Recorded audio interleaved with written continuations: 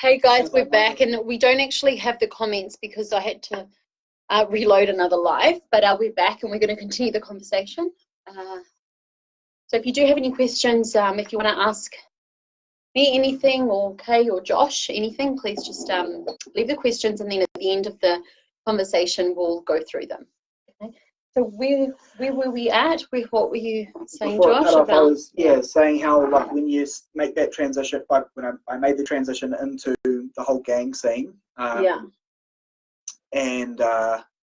then I got to see that there was it was another world altogether, and there was like another ladder to climb for that one. So I was preparing myself to start making those steps on that ladder. Were you looking up to someone in particular? Yeah, a couple of people. Yeah, one person I was quite heavily looking up to, and you know, in the gang world, the #1 communication tool is violence. Could you avoid it in any way? No. Oh, if I had made a conscious decision, I could have avoided the whole thing, but I was caught up in my own little. And when you're in that scene, the only way up is to be big and bad. And if people were bad, you had to somehow make yourself better than them. And you know, I was a tiny little goldfish in a shark's swimming pool here. There was guys they had been raised from that life. I wasn't from that life. Yeah. Oh my gosh, your upbringing was so different. Yeah, so they had the walk and talk their whole lives, and I was guessing. You know, I was trying to guess my whole way through this thing. You didn't actually have a mentor. No, I didn't have. My mentor was watching what they did, you know, and there's loads of mistakes to make when you're just watching and copying. Yeah. So yeah. Did you have any? Sorry, Josh. Did you have any friends outside of the gang? Yeah, I did loads. Yeah. And how would they talk to you? So I would try and pull them into the gang to be in my world, and I did do that with one of my best mates who followed me in there, who met a nasty accident, which kind of led to me leaving. But I kind of, my focus was more so on what they would call the brothers, which is in the gang, and anybody else that was associated with that group. That was who I was focused on hanging out with. At that point, I kind of didn't see too much of my friends, just a bit. Yeah. You know what I want to ask you, Josh? Like, during this whole time that you are sort of like in this internal battle, you know, with trying to find your identity, you know, trying to reach this level of, I don't know, like strength maybe, as you're looking up to these people. When you came home, were you like a different person? Like, how was your relationship with your mum? Do you have any siblings? Oh, so I was living with my daughter's mother at that time. Okay. My relationship with my daughter's mother was foul. With your daughter's mum? Okay. Yeah. But what about your mum? I didn't have, the communication between my parents completely pretty much stopped. And it was a matter of a phone call once every sort of month. To them, and I just did that because I felt like I had to. And how's your relationship with your wife? With my partner at that time, so it was foul. It was off, and I could only ever see the issues in our relationship being from her. I knew I was a super narcissistic person, and from my actions, I would notice the sense of fulfillment, getting off making myself right, and seeing her suffer. I had this control over somebody, and it wasn't something I was conscious about, but I was aware of it because I knew what to do to make myself feel like I was in control. It's terrific we're talking about that. Yeah. It's such a big issue. Yeah, so it was violent. Like I physically violent with her, and vice versa back. She's a tough girl. She's a boxer as well. But most of the arguments came from my sense of insecurities and the need to control and dominate. And entitlement. Yep. I had to be right every single time. She was never right. And so you felt entitled because you were the male, or the master of the house, or I don't know if that was like a driving reason. All I knew is that it was more of a natural instinct kind of thing, but not really an instinct, but an excuse. I had to be the right person. Even when I was wrong, I would somehow twist things around to make her feel wrong, and then I could feel right again, you know? Yeah. And again, I don't want to lose you now. I was, super dominant, and she was, although a tough chick, super soft. Like, she was, if you could have someone that you could really hurt, she was a target, because she had such a soft personality. And do you think that's the same with women who do that, who build up, or is there that thing going on? Yes. Also to appear tougher? Yes, because I've, since that relationship, had a relationship when the tables were turned, and the person who I was with at that time was essentially me, but without the whole kind of gang life. She was a nice girl, but in a relationship, she was how I was with Jonah, with my daughter's mother. So the relationship at that point in time was off, but it was off. We were together for 5 years, and it was never actually really good. There was cheating, there was drugs, there was abuse and violence and mental abuse and all that kind of stuff. So I had my daughter at that time, who was 1, and my dedication to the club means I was really only seeing her and giving her time kind of like half a day a week, because I was out on errands and running people around everywhere and doing prospect duty and all that kind of stuff.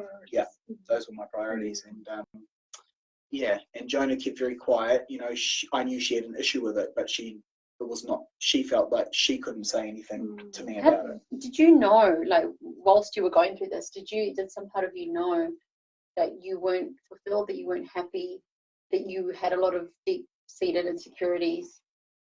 I knew, there was definitely, with my relationship, there was definitely that. There was something I was very aware of, and that was being completely insecure. I used to look at people like my dad, who was a very secure guy, and wonder how you could be okay with your partner wearing a low-cut top, or wonder how your friends that were a bit more secure in the relationship would let your partner talk to another guy as they did, and not have a problem if they called a guy hot. You know, that was if I was me, it would be war. You know. Yes. But do you feel that you had your own identity outside of your relationship, or did you find your identity within that relationship, or did you find your identity within what you were doing, like the gang? I was finding my identity in the gang. That was my I am this guy, this person. Yeah. And to come home, and Jonah would always acknowledge it. My daughter's mother would always acknowledge it, and so that was another person that I could talk to about it. Did you have any support during this time? Did you have anybody that would kind of, just people tap you on your back and? Oh, yes, I Josh, did. What's happening with you? I haven't been seeing you around, or when I do see you, or I don't know what.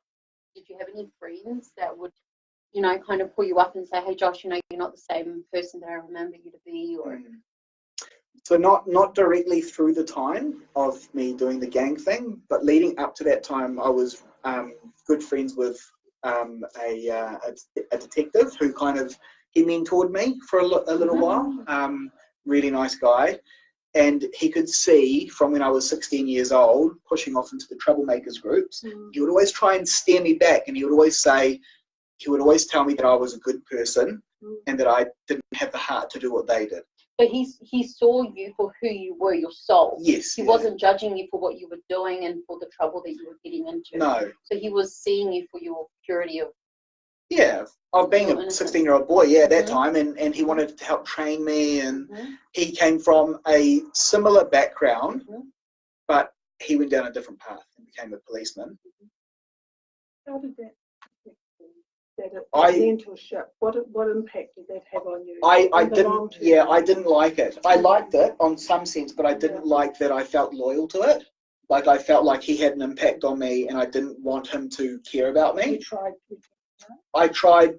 I wished I would. I remember crossing my fingers in the gang scene that I would never have to come across him, which I never did. And if I did, you know, well, it's kind of like part of yourself you tried to suppress and hide that you were actually quite aware of. Yes, I was really afraid of coming across him. It was kind of like awakening that part of you, kind of bringing it. He was trying to bring that part of you back, and you didn't want to. You were prepared for that.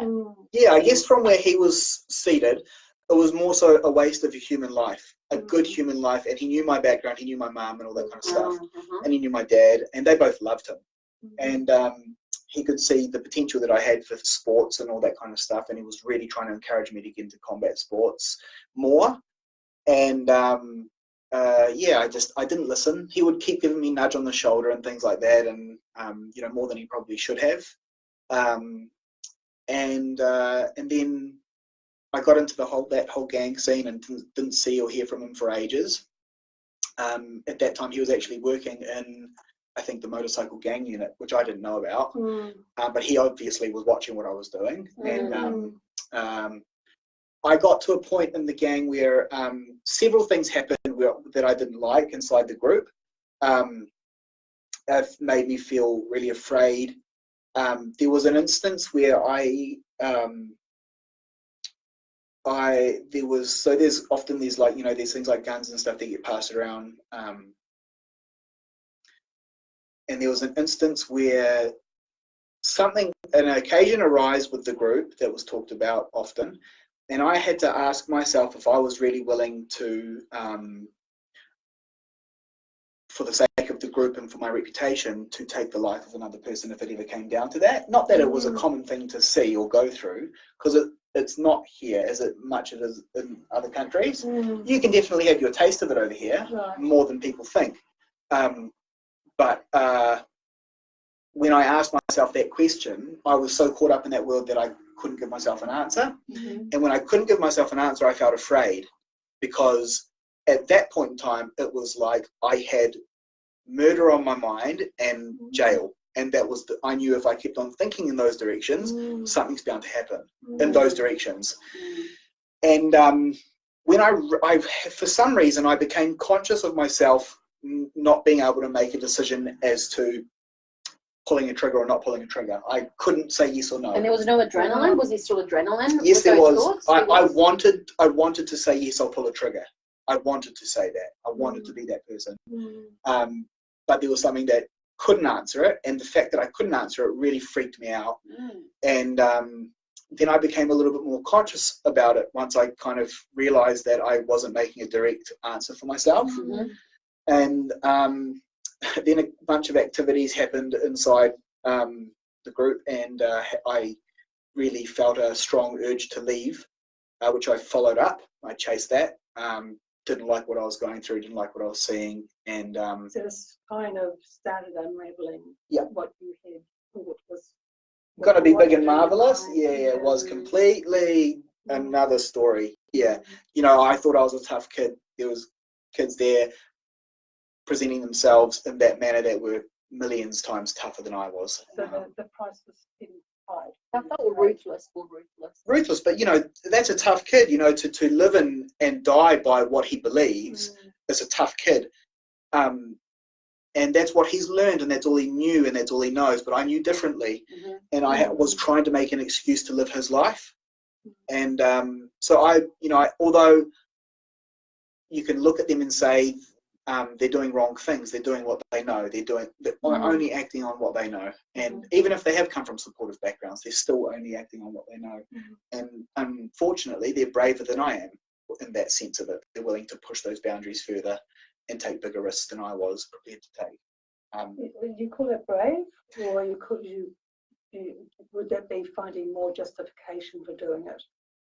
You know, that's I would say more justification. I find that hard to call brave. You know what I mean? Yeah. Probably, maybe you're saying it from the space that you were in back then. Yes, like them as being brave because you felt weak in that moment. Did you feel weak in that moment where you couldn't bring yourself to? Yeah, I felt like I had to be brave. So I just got to stop you on that word, because I just want to look into that a little bit more deeply. So being brave to me, looking at that in terms of energy, actually is really suppressing your deepest, softest consciousness, you know. So, which is a feminine. well, just that inner child, highest consciousness, energy. So, so being brave to do the right thing is one thing, but being brave to do the wrong thing, I just can't call that brave, you know. It's really killing your soul. That you, to do that, you have to destroy that aspect of your soul. Yeah, you know, definitely. I'm also talking on the language of. Sure, I understand, but you know, just any kids watching, I just want to. Yes, Bring it up, definitely, and like clarify. Killing your deepest. Yes, most beautiful spirit. That's quite interesting because, you know, looking at femininity, I'm still on the same lines of, you know, looking at the energy fields. Okay. Yeah. A lot of women that push, that operate a lot in the masculine, they kind of have the sense of needing to push through and cutting off that, so it doesn't just happen when you're part of a, you know, of a gang. I think it happens within families and when you make conscious decisions. To gain the rights they have, they've had to step into a tougher action doing space, you know. So that's a really good space to start asking to bring awareness. Space, to bring that awareness. But then again, it's coming back now. It's like the pendulum has swung way over there, and it's time. Really, we've got to take some more compassionate, nurturing action in the world, and we have to do it with ourselves on a personal level. So maybe we can identify it. Sorry, Kay, when we are triggered in a moment where we are not feeling brave enough, that we need to step up more. Maybe that's a really good time to maybe stop and be in that space of starting to ask ourselves questions as to, you know, is me pushing through this challenge, where is it going to take me? Yes. What is it costing me? What is it costing my spirit? My spirit and the spirit of my children and the people around me. My legacy, you know, where's this, or, you know, or my future, where's it leading? Where's this one step actually leading me? What am I stepping into? You know? Really, is it destroying my soul? What are you gaining and what are you losing? So really weighing out the two things. What am I going to be gaining from doing this? Because I feel this is like the crossroad. What am I going to gain by taking such actions? And what do I have to lose at the same time on the other spectrum? So you obviously went through that. I did. And I was beginning to start to see life. You know, there was a real high potential that I would not see my my daughter for, you know, years at a time, because I could end up in jail over things. You know, I was still involved in lots of illegal activity. I might not even be there for that matter. That's it. So, and when I thought about that, I felt like just pain, and I couldn't bear with the thought of not seeing my daughter. Like it was. And that's another wonderful thing too, is to actually let yourself feel the pain. Where most often people will take drugs or do something else, project that pain onto somebody else, and feeling that pain is just a wonderful thing for guidance. It's like, oh my God, what is the pain? What is the pain? And it's okay to feel that pain, because that is a really wonderful. It's your truth, isn't it? It's like your guidance. It's like a signpost. So I left. And that's brave. To feel your pain is what I call brave. Because, you know, it's human nature. We want to avoid pain. All the time. You know, so to me, that is the most bravest thing, to sit in your pain. And, instead of drinking it away, instead of smoking it away. And it's not to put any negative connotation on any substance. No, this is the trigger. Pain, feeling pain is that trigger that people don't even know they've gone into a pain state, but they know they don't like where they are, so they've got to take a cigarette, got to take some drugs, alcohol, and that is that very slightest instant of pain that sends people back to drugs and alcohol or violence, to act out something that is a pain avoidance. So really, I take my hat off to you for going with that, you know. That's brave. Thanks. That is Yeah. brave, yeah. So then, at that point, I felt, I was facing a big challenge. So I left the group. Going before the group to let them know was also very scary. I bet. And I was very lucky. I left unscathed out of that. Were you able to leave the group? Did they let you? Yeah, they did. Yep, they did. But they were really upset, and the guys I had kind of built a good reputation with were let down in their own little right, Do they usually let people off like that? It's different for every group, and for every person it's different. Like I had a really positive relationship with almost everybody in the group, and they very generously on their terms let me go. So your family actually still had an influence on you in the group, in that you could communicate with them on a really good level. Yeah, yeah.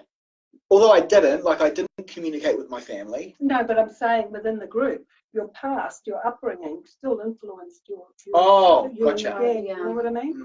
Where you weren't aggro with every member of the group, you actually had you were able to form a relationship, and a good relationship by the sounds of things. That's usually that's what I've carried throughout my whole life. Doesn't matter where I am. I foundations were there, Kate. I usually create good relationships. Yeah, so there's always something that's coming with you.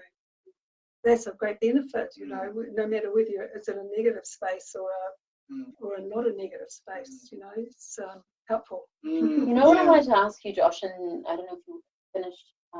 Yeah. So when you were going through this phase with the gangs and, separation with your family, even though you had a relationship with them, but you just didn't talk a lot, what was your relationship with your body, with yourself, with your sleep, with your food intake, with the choices that you made with your food, the way that you dressed, like I'm being very intimate, like did you look after yourself? Like were you clean? Were you, did you take care of yourself? No. It's the short answer. So food habits went down the drain.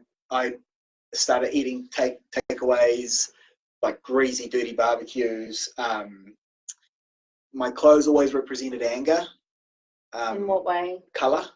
Actually, funny you Black? should say. Black and red. I still have a lot of the clothes, yeah. But no, I just like the colours, The negative aspect of red is okay, black is.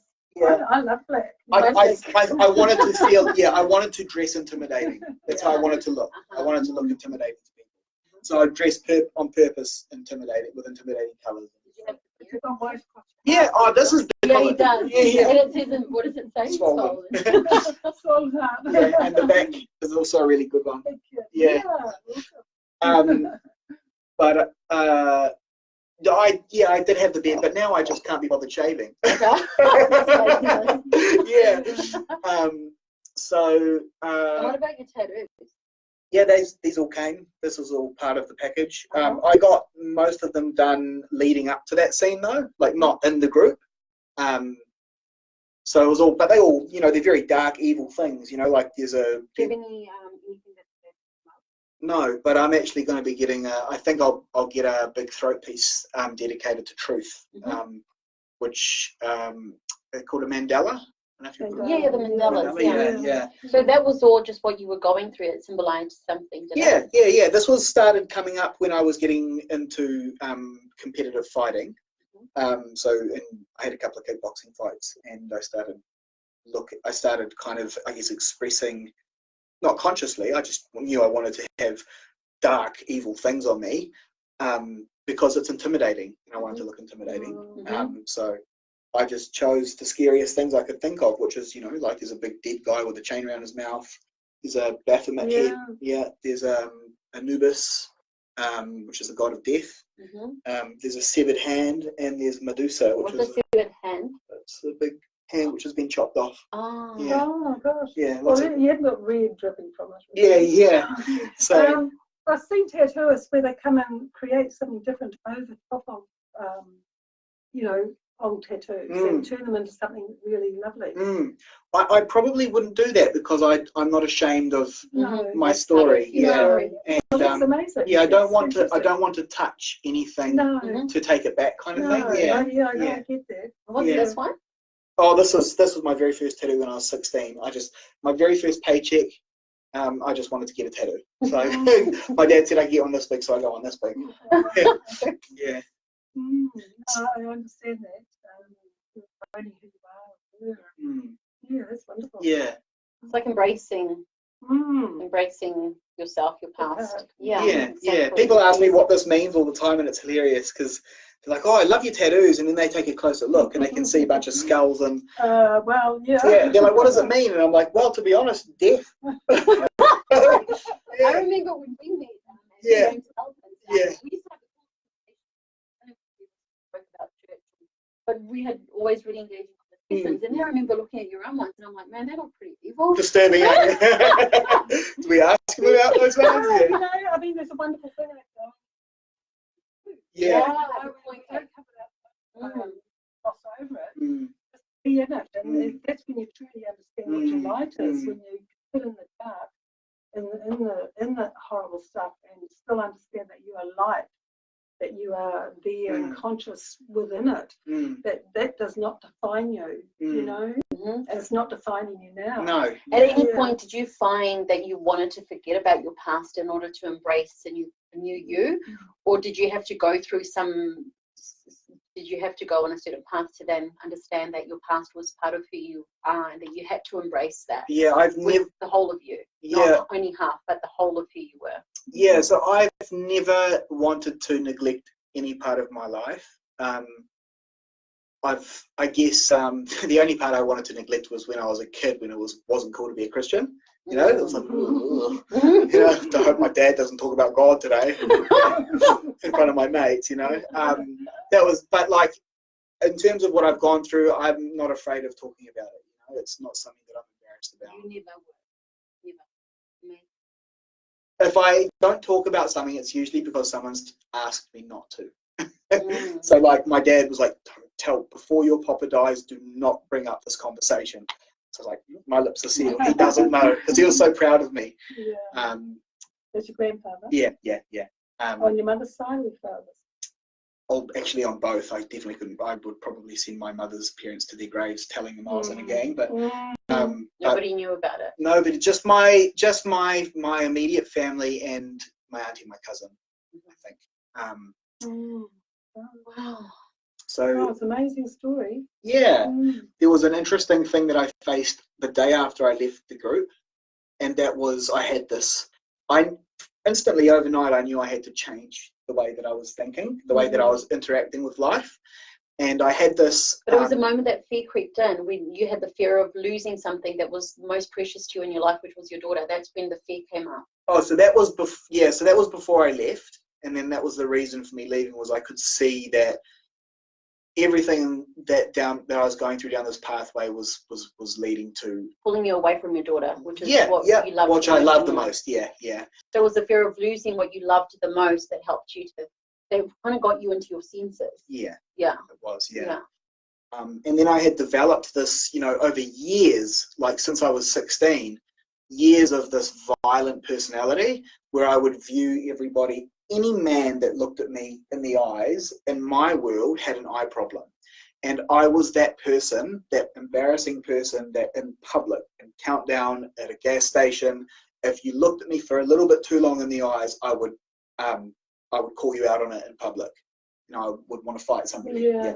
And I remember the day after I left, I was conscious that I needed to break this funny little habit that I had. And I was like, it's so fulfilling for me to... It was kind of like a rivalry. I remember growing up as a teenager in New Zealand. Men were really... That's how you would challenge each other's, or your strength. You would staunch. You would just staunch each other out, and then you would see who would back down or stand up. No, I would never back down, not once ever. And so that was my thing, was I knew I would never back down, and it felt fulfilling to know that lots of other people would back down. And so when I left the group, I thought this has to be one of the first things to go. It was like my anger, my violence, and this attitude that I held towards everybody else. And I remember going to this gas station at the back of Orewa to top my car up, and a bunch of big, staunch-looking road workers pulled up in their truck. And I don't care how many people there are in the truck at this point in time, I'd still look at them all until, and even call them out on it. But I thought, okay, I've got to taper this one down somehow. So I thought of something in the complete opposite direction of how I would usually interact, which is, you know, asking what their problem was or swearing at them or something. And I remember they all stared at me. And back then I was a lot bigger than I am now. So I was kind of something to be looked at, but I would never see it that way. I would always see it them having a problem with me.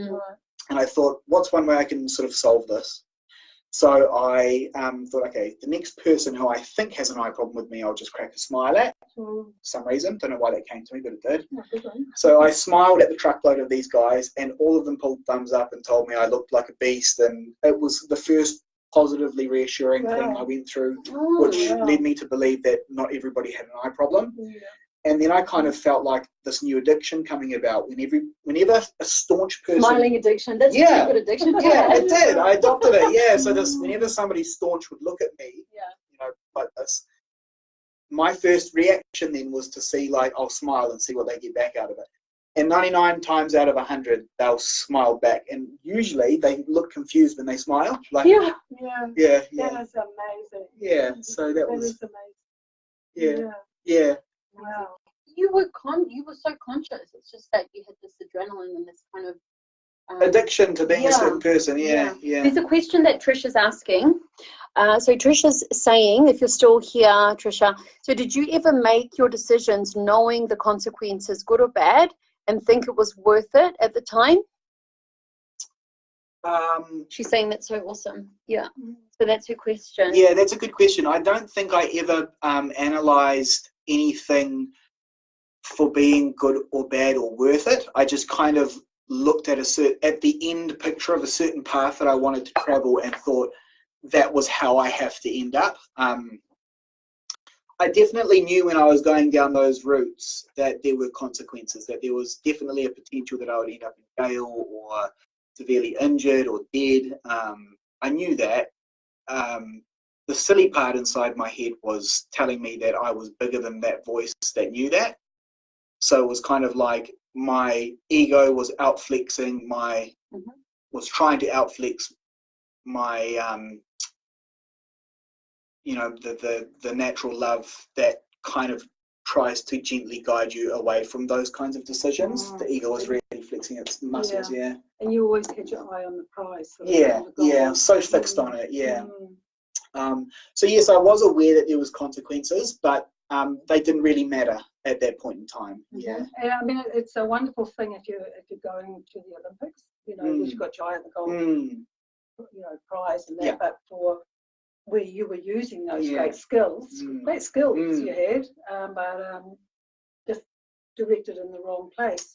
So that, you know, it's like these kids who are really going staunch, they've got these great skills.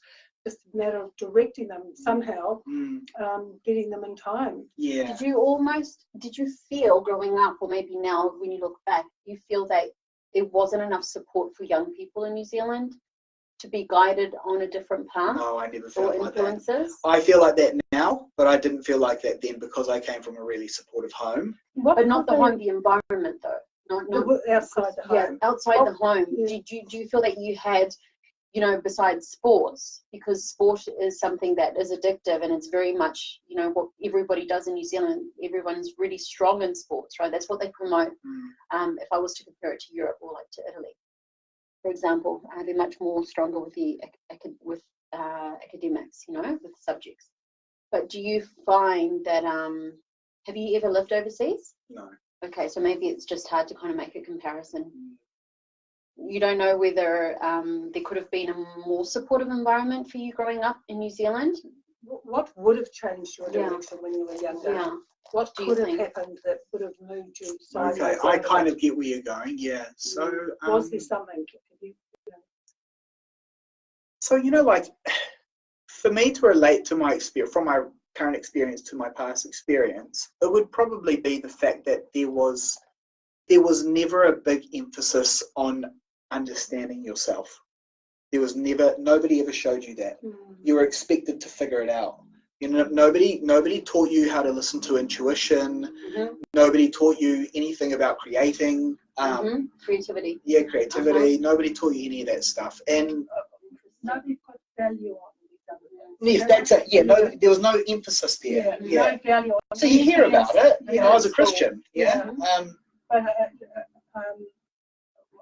how I see it is that what we're valuing, what we're teaching young boys and girls to value It's competition.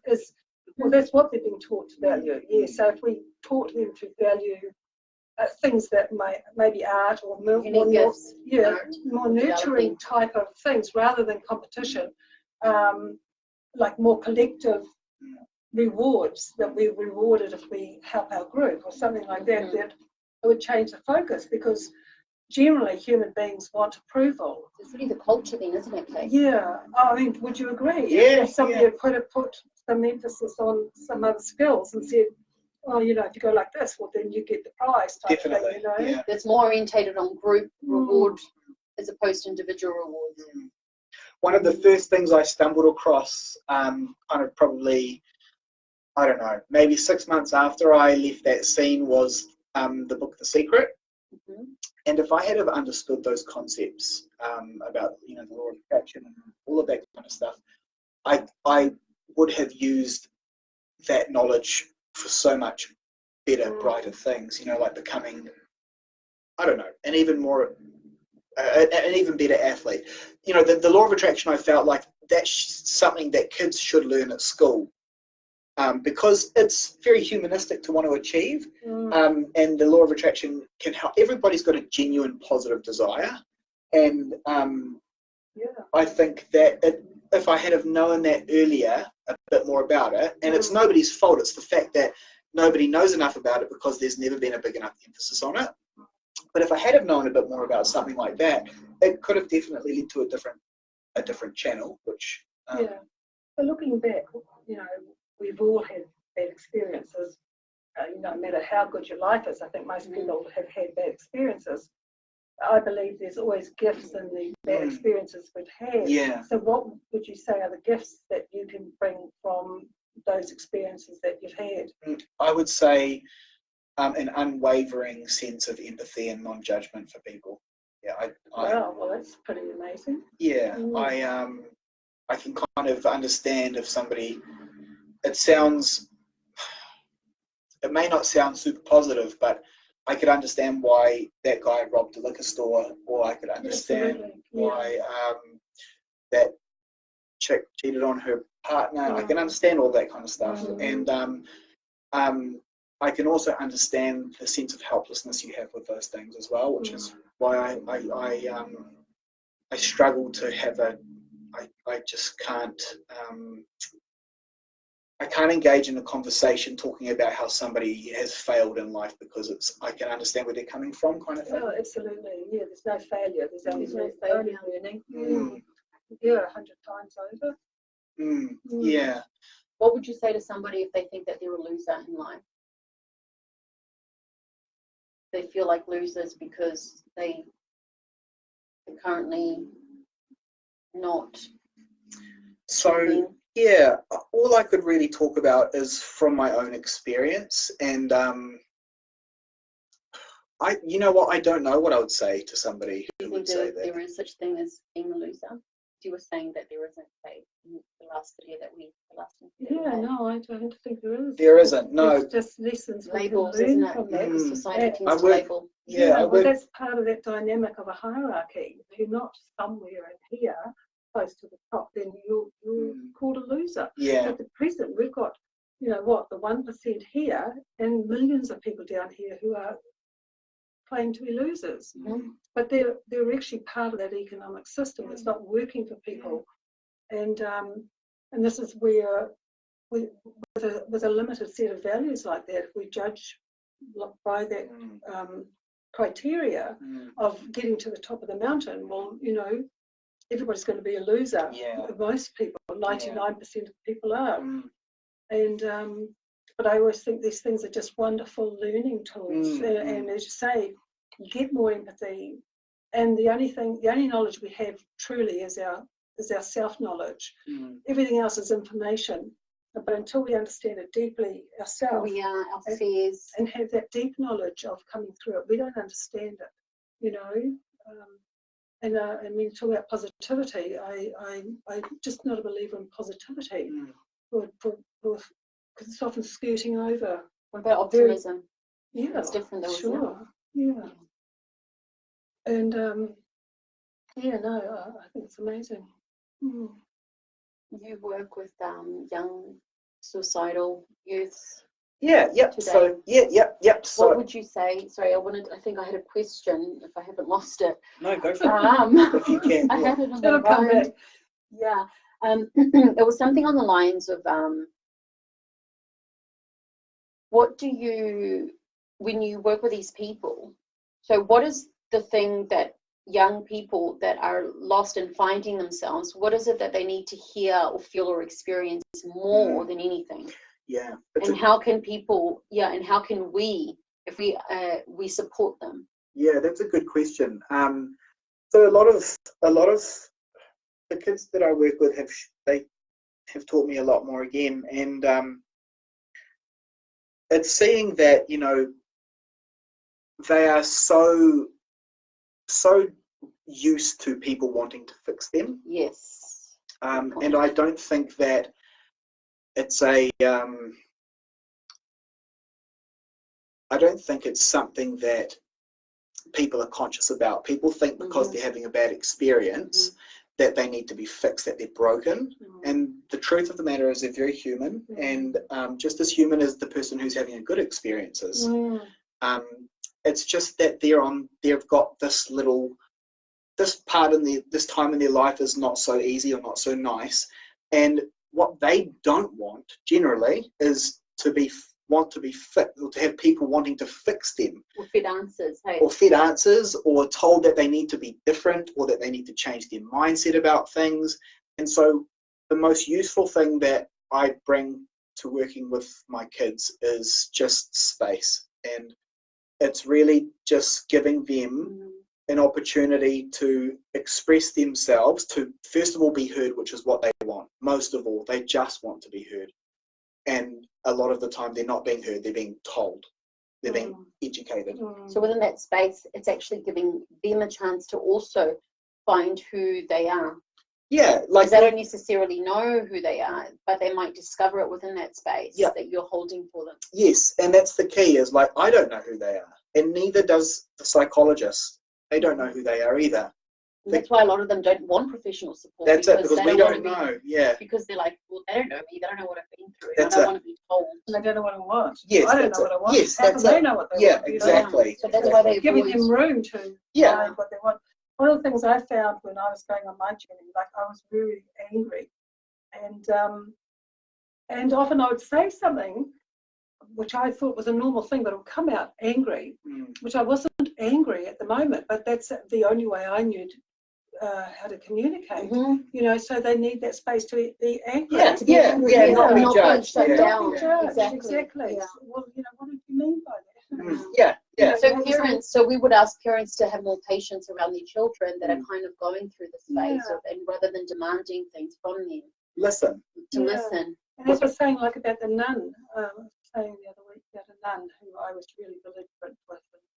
She just held me in this loving space. She smiled at me through my belligerence, and I've never forgotten that. How she just continued to love me, and I think that's a wonderful. So knowing when to be quiet, it's not because I find that if we are wanting to fix people, it's really about us. We are wanting to validate ourselves, so really holding that space for them allows them to just flourish. Yeah, and to let them have an experience. You know, it doesn't matter what kind of experience it is. They want. And anger's okay. Yeah, of course it is. You know, so long as it's not like hurting someone and met with another anger. You know, directed into something. But it's okay. Yeah. What do you think about kids doing, say, outward bound instead of going to jail or something like that, where there's somewhere they can express themselves physically, rather than being put in detention? Or what's outward bound? Oh, you know, obstacle horses and physical obstacle horses. Yeah, finding something. Like, I think everybody's got something different that they could utilize. So like, and so like, it could be outward bound. It could be it could. I don't even know if there's still an outward bound type of thing, but I'm talking about physical exercise. Oh yeah, great. Yeah, physical Mm. exercise is such a key component, and again, it's quite a hot topic in Western society, but we still neglect the lower socioeconomic parts of the world. You know, there's not a big enough voice out there. Absolutely. And it's those kids, man, who if they have a chance, if they're given a chance, they run with it. Usually. Absolutely. Yeah. So giving a better opportunity to those people, I think is really valuable. But also showing them, you know, like I like to show the boys that I work with. One of my favourite things to do is to walk in gardens, and I love flowers, and I could never explain why I love them. But but I just like to talk about things like that, not forcefully, but if you know, there's bringing them in the moment, aren't you? Or like telling them to sense things like the wind, but don't just think about it and just don't feel it and think about what you're feeling. Just really be there. And absolutely. I really encourage kids to do walking and getting involved with nature. That's something that I was never really coached on as a kid, but it's my cup of tea at the moment, you know. So. And how often would you see a child? Do they come on a regular basis? Or? So I've got a handful of kids that I work with, and it's long term. So it's not like I'll see them and then leave them. I have to make sure that they know I'm there for them for good. So I don't have a time frame, but I would usually hope to see each kid once a week, once a fortnight. And what would happen then? So it depends on, you know, like it depends on the kid. So there's kids that are quite withdrawn. In that case, I would do some activities with them. You know, I might take them to a skate park, or I take my dog for a walk with them on the beach and just talk about things, normal things. I don't expect to get anything out of our sessions, and I don't expect them to get anything out of it. I just want to be there so that they know. Yeah, that's my point. I just want to be there for them so they know that, and so that I'm here to listen, even if they don't want to talk about things. I'm just there to walk with them, and then if they do want to talk about things, then I'm there to listen but not to judge. And then I've got other we could go, there could be a session where we could do goal setting. You know, we could talk about if someone wanted to get a driver's license or something like that, we could talk about how to do that, and I could help them book their license in and give them lessons and all that kind of stuff. And then there could be a really deep conversation, you know, a life conversation. So do you have single sessions, like individual? Yeah, I usually group. No group, not for these kids. Yeah, they tend to be a little bit more like secluded, and they just want to be on their own kind of thing. So yeah, working with them, it's just varies. Yeah. And so where do people get hold of you? Oh, so I work for a group. Actually, I don't know if I'm allowed to name them publicly at the moment, just because of the work that we do. So I probably won't. But Facebook's always a good place to talk just to me anyway. Yeah. With Josh Styles. Yeah, Joshua Roland Styles. Yeah. I think Vanessa will probably be able to put my name in it. Yes, it's on my business page on the first post that I shared in the second one. So I'll share it again when I share the link that I'll download from in YouTube. Trisha has a question. She said, "How do you let young people know, kids, that they don't want to be they don't want to be fixed?" What was the question? So how do you explain to the kids that it's not about being fixed, but it's actually about evolving? I think we kind of covered that in a way. Yeah. So that's somebody's individual opinion. It's not the kid's opinion, and it might not even matter to the kid whether they evolve or not. You know. Yes, I do. You have to learn that. They might not even know what that means. No, and they might know what it means, but they might not care. And if you try and force your opinions about learning, evolving, loving more, all that kind of, if you force that on somebody who is not at that level yet, it's dangerous for them. You know, they feel worthless. But also exactly what you're holding a space for them to be. As they are. Simply that is evolving. That is evolving. Yeah. So again, it's not about They're evolving. It's the more natural way of doing Yeah, it. Yeah, exactly. That is being. complete acceptance. Being, Yeah. So my God, what a gift. Yeah. So it's really, again, not about justifying adults. It's not about the adult world, it's about the young world. So we need to open our hearts to ourselves and to allow things to just be. There's this thing, you know, Cesar Millan, the dog whisperer. He doesn't coach dogs on how to be better. He coaches the owners on how to understand their dog. I think the same thing could be said for lots of parents. That I do that with parents. Yeah. If I have a person comes to me with a problem parent, a child, I work with the parents. Yes. Yeah. Exactly. Yeah. Exactly. Definitely. A lot of the time, there's a guy I like listening to. His name's Sadhguru. He's an Indian yogi. Yeah, and he's got this this saying where he says, "You're already the parent by default. You don't need to let your child know that by force and action. Be their friend. You can't take away being the parent. You're already the parent. Be their friend. You know, like you've got to become a friend. Not like a kid, like a 2-year-old that could equalize itself. But you're open. Yeah, be open to what they want. What about those parents that what their children want to do? Or if they want the support and they go about asking them directly? Do you think that's normal, or do you think...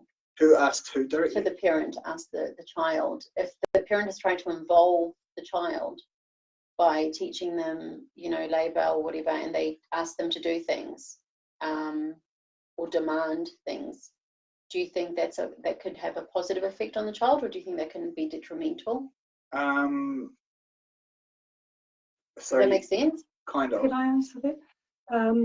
What I find is that is having expectations. You have expectations in your home. You want people to be tidy. You might want them to clean their room. So there's for me, there's a space where there are expectations. So what are the expectations for your child? They do their homework or whatever. But there's not, a lot of people think holding space is being indulgent. But it's not about being indulgent. It's saying there are rules here. We be kind to each other, but you have a space in which to move and be free, speak freely, you know, do your stuff. This is as your parent, you know, it's about being a good citizen. We want good citizens, but it's not about, that's not the ultimate goal. The ultimate goal is fulfilling that child. And part of that is having a safe environment, and that they grow being free to be that good person.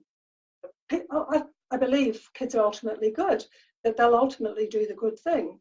But we need to trust them to find that for themselves. It is, it's real humans and want them to. Yes, it's not indulgent. It's not indulgent, which is. How would you explain indulgence?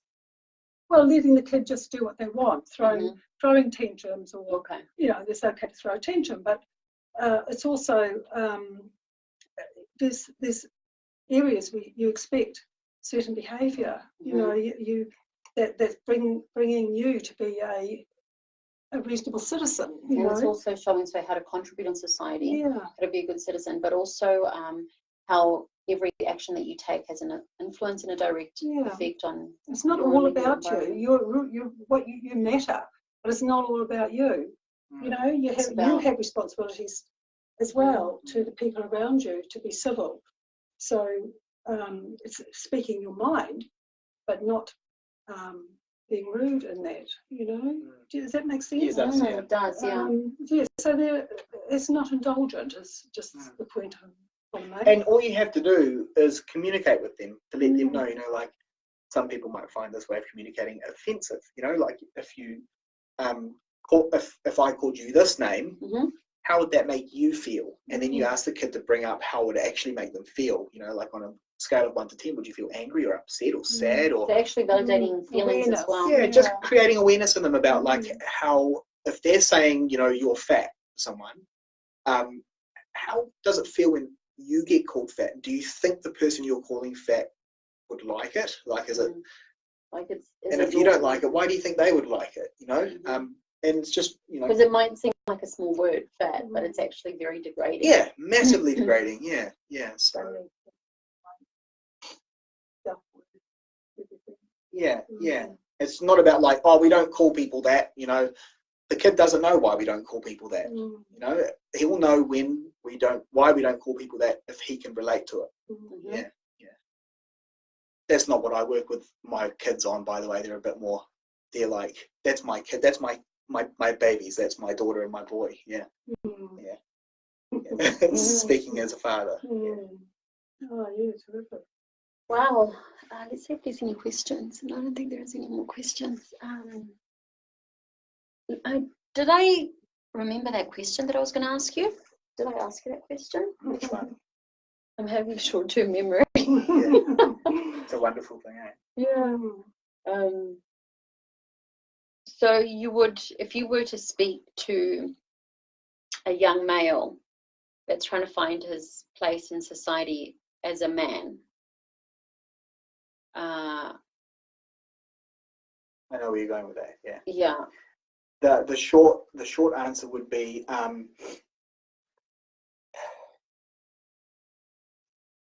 it looks like you could, kind of in a way, it looks like you could help them not make bad decisions, but you can't. You have to let them make those decisions. So what would you say to them? What would you say if they're watching now?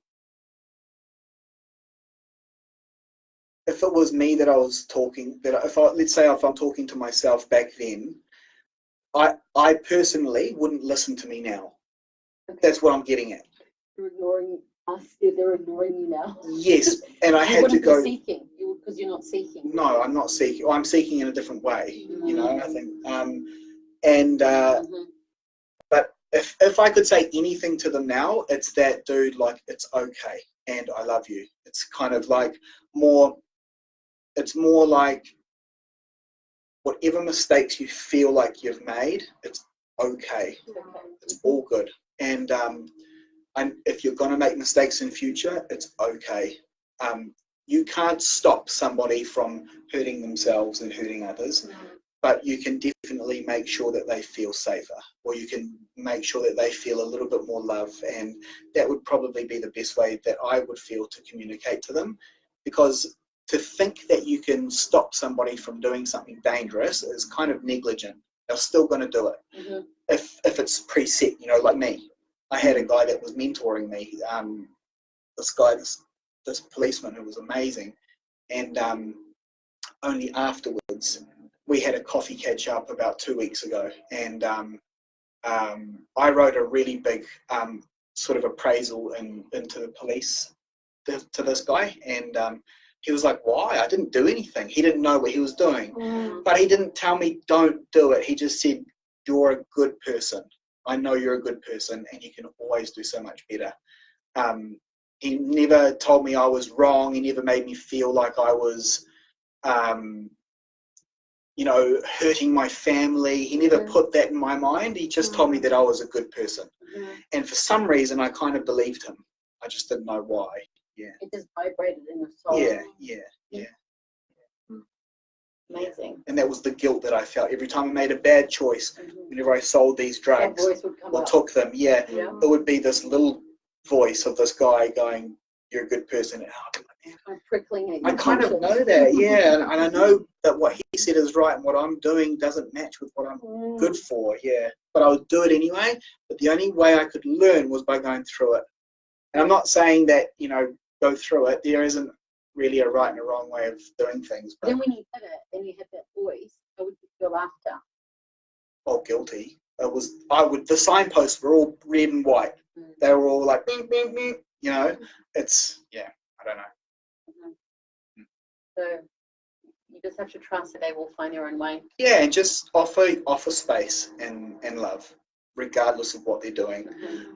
Judgment is one of the most killing factors that we carry with us, you know, as humans. It's like, that person did that because he's a, well, you know, labeling. He's such a pussy. What do you? That's a killer. Or like, you know, oh, that person cut me off in traffic. There's that one too. You know, like, he didn't actually go out of his way to single you out and burn you out of traffic. he did it because he's focusing on something else, and then you've got your judgment about that person in traffic. The story that you create. Yeah. He's a bad person. Yeah. Because he wants to get to work faster. And it keeps you in a space of bitterness, doesn't it? It keeps you away from love. It keeps you in like they've got their world of needing to get to work, and you're like, so what they're saying is that they're important, and what they've got to do is more important than what everyone else has to do. And then when you disagree with what they're doing, you're saying, no, I'm more important. So if you can just kind of let go of all of that and see that everybody's functioning the same way, just let them do it, let them go, and usually people seem to have an easier time with you. And just devote that time on yourself. Yeah. Just being happier. Yeah. Doing things you love, you enjoy. Yeah. Enjoying a good meal, or maybe having a good friend. Yeah. I think we, I've done that. We all tend to do that. If we can just make use of that time and in so many fruitful ways, and on how to nurture our soul, because that helps us to be kind to people, more loving and more present for others, I believe. Giving ourselves more space. Really. You'll only learn to give somebody else space if you can have space yourself. Very good. I don't think I need to wrap anything up because you've just said everything. I think we've had a pretty full, complete conversation. Is there anything else, Kay, that you want to ask Josh? No. Are there any questions here coming through? No, there's no more questions. If there are afterwards, just send them to Ness and she can ask me and I can relay it back through. Yeah, and like I said, I'll send another post with Kay's link and Josh's link and my link as well. So if you do find this video helpful, insightful, please forward it to any friends, any family members, cousins. Like it on YouTube? Like your YouTube channel, like the video? Yeah. Yes, I'm going to be sharing on YouTube as well. So please share the love, share the support. We were saying that, people that are going through a hard time, they don't want to be told, or they don't want to feel like they're, being fixed. So, but there's always very discreet ways or very indirect ways of getting the information out to them. And the best way I feel is for the adults around, or, the people that are maybe going through a hard time, to be well informed, or to be, had to have more awareness about these, this life situations and life crisis. Well, would you call it like a life crisis? It is okay to be in a dark space. It is okay. It's part of life. We don't have to be happy all the time. Yeah. We just depression is fine as well. Brave, feel it. Yeah, definitely. So depression is really a phase that you are in deep rest, and it's a time of recovery for your body, and that we don't have to run to the hospital or to the doctor to be prescribed all this medication that is really damaging the chemical imbalances of our brain. And I really acknowledge you for coming and talking on a very deep subject and very personal subject out there. It's wonderful for young men to see something with a young man like yourself, and that it's okay to be manly and powerful and soft and gentle. That's being brave, that's being a man. So thank you. No worries. Thank you for showing us your vulnerable side and your your story. Thank you, Kay, for being here and sharing your insight as well. My pleasure. Right, so we will see each other maybe next week. We're not sure what's going to be. We're not sure, but we will definitely update you with further talks. Okay, much love to everyone. Bye. Ciao.